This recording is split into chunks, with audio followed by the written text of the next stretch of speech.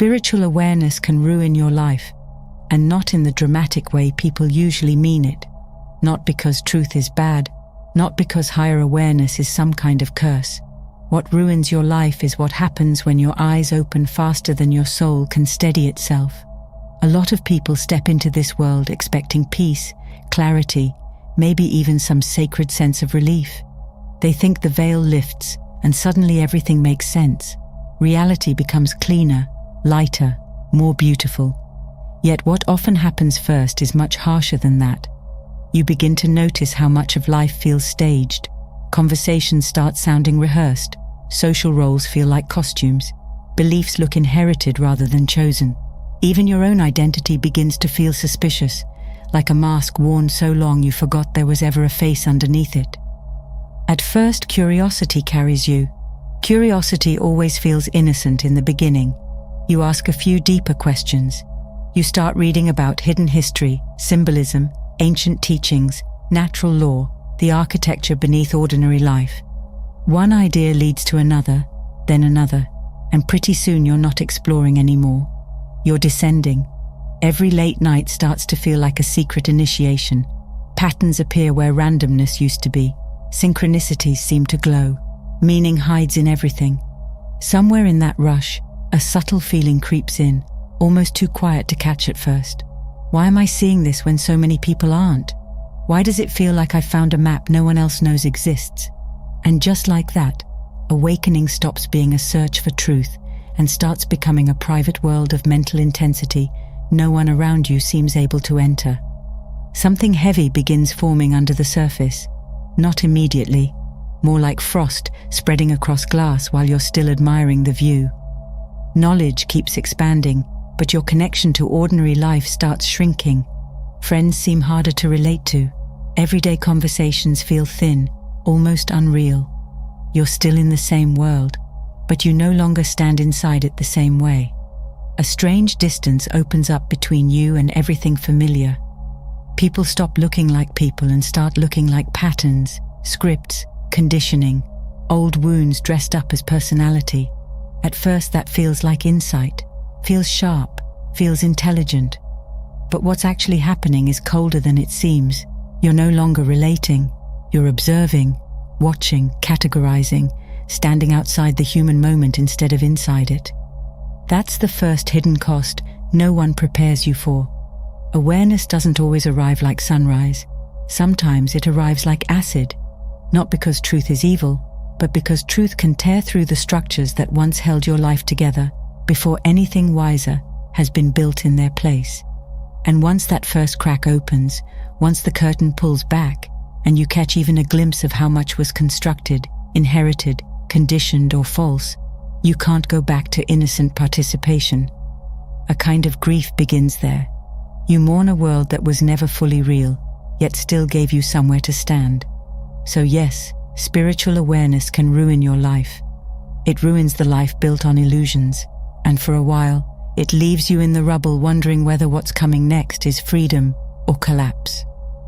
Here's where the path becomes dangerous, not because you start seeing lies, but because you start losing warmth.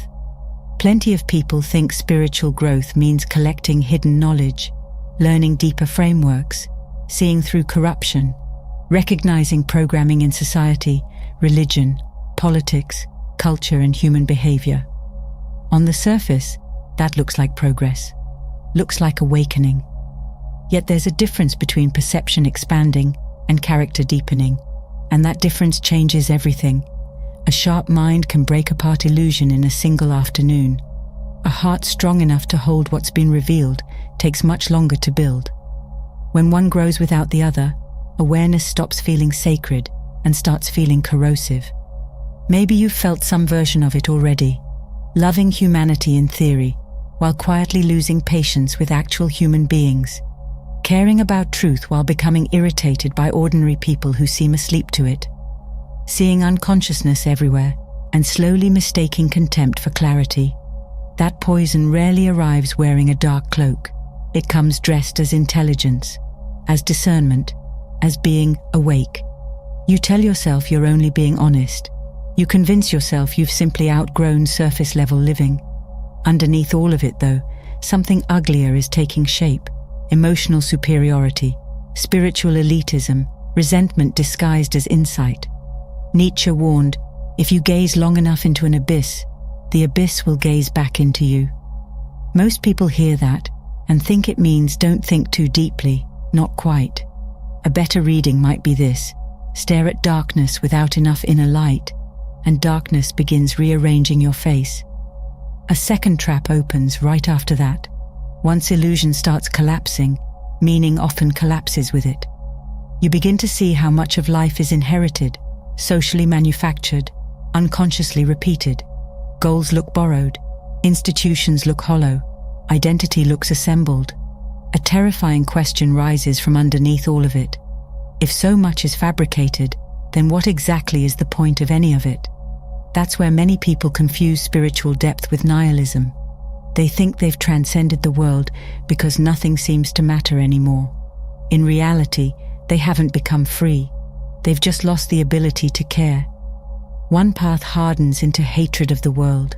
Another floats off into abstraction, symbolism, cosmology, mystical language, anything that keeps you hovering above your own life instead of returning to it. Different directions, same wound. One rejects the world. One escapes it. Both quietly remove you from being fully human. Ancient traditions understood this better than modern spiritual culture often does. Hermetic thought, Taoist wisdom, initiatory paths, mystery schools, all of them knew that light and shadow are not enemies standing on opposite sides of a battlefield. They live braided together, like roots underground. Without inner grounding, the shadow doesn't get transformed by your awareness. Your awareness gets shaped by the shadow instead.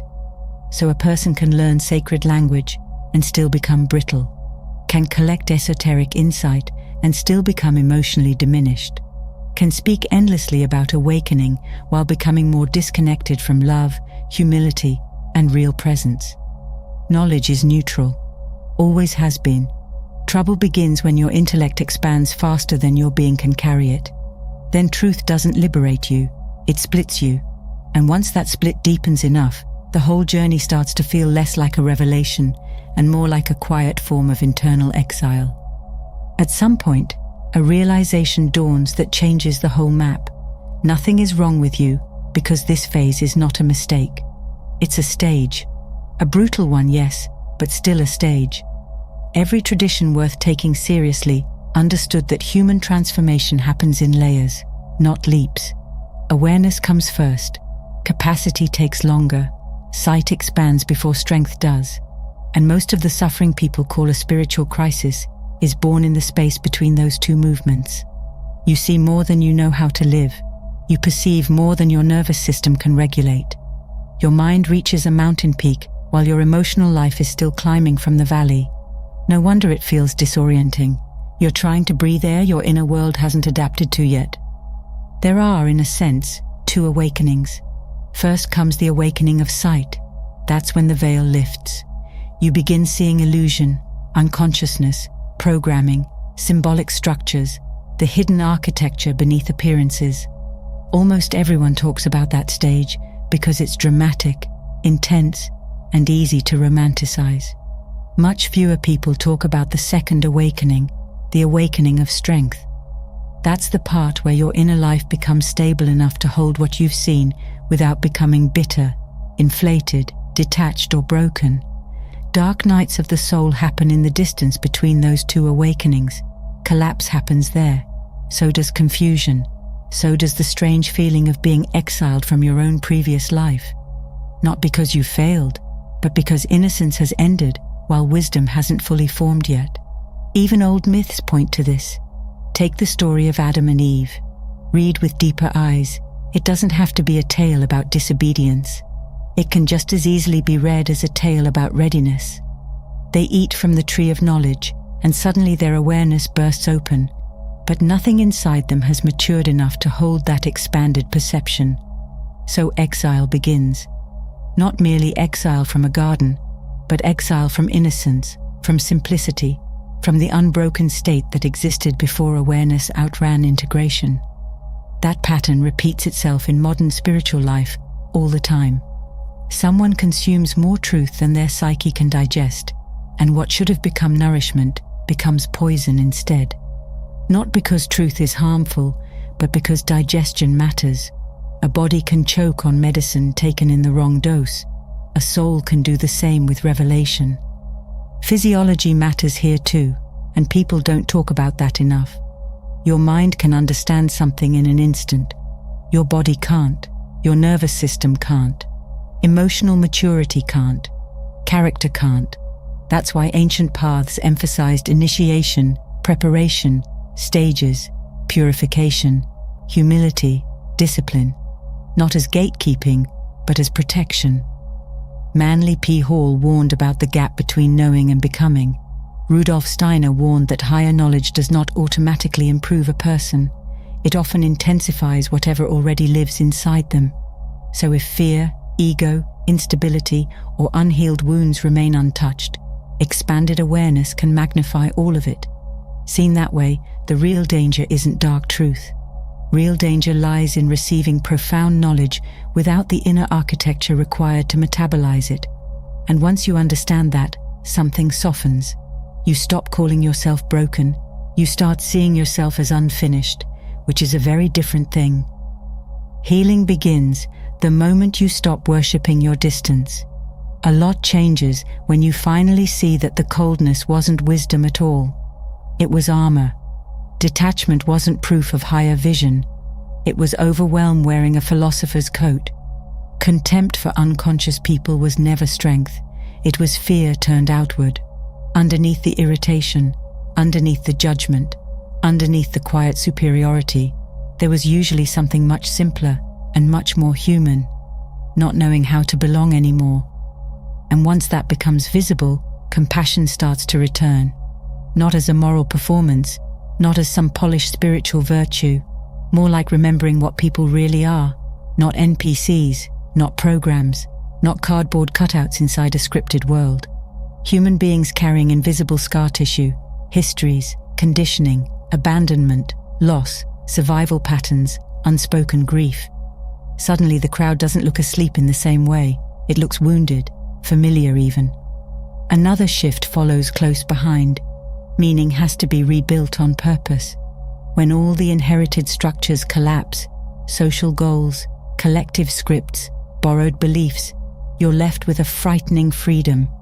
No one can hand you a ready-made reason to live anymore and expect it to hold. Strange thing is, that's not the end of meaning.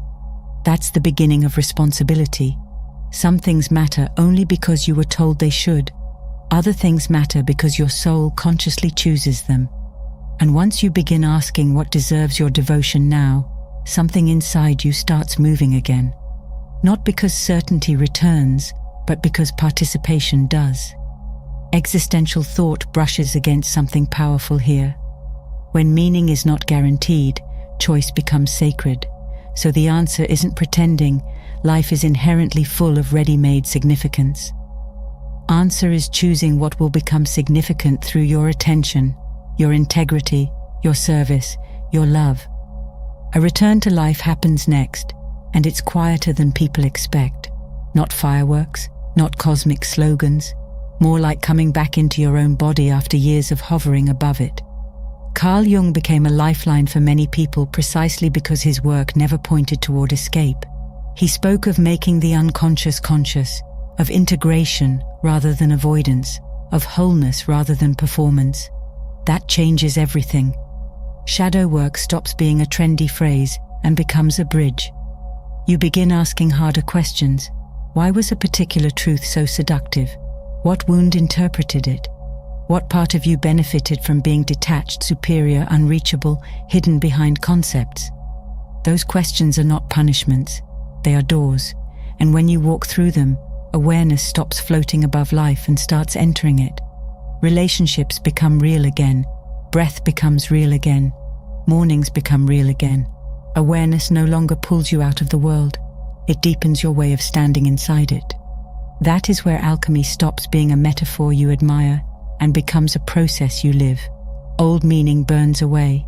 Shadow reveals why you clung to it. Then, from the wreckage, something conscious is forged, lead into gold. Not because pain was glamorous, but because pain became material. Your wounds, your collapse, your dismantled worldview, your stripped-down understanding of what is false, none of it has to be wasted. It can become the ground you now build on with intention. New values, new inner laws, new devotion, new participation. Unapplied knowledge remains abstract and destabilizing. Embodied knowledge becomes wisdom. Wisdom, when lived, becomes something closer to gnosis, not information, but reality digested into being. And once that happens, spiritual awareness no longer ruins your life in the same way. It ruins what was false, so something more honest can finally begin to stand.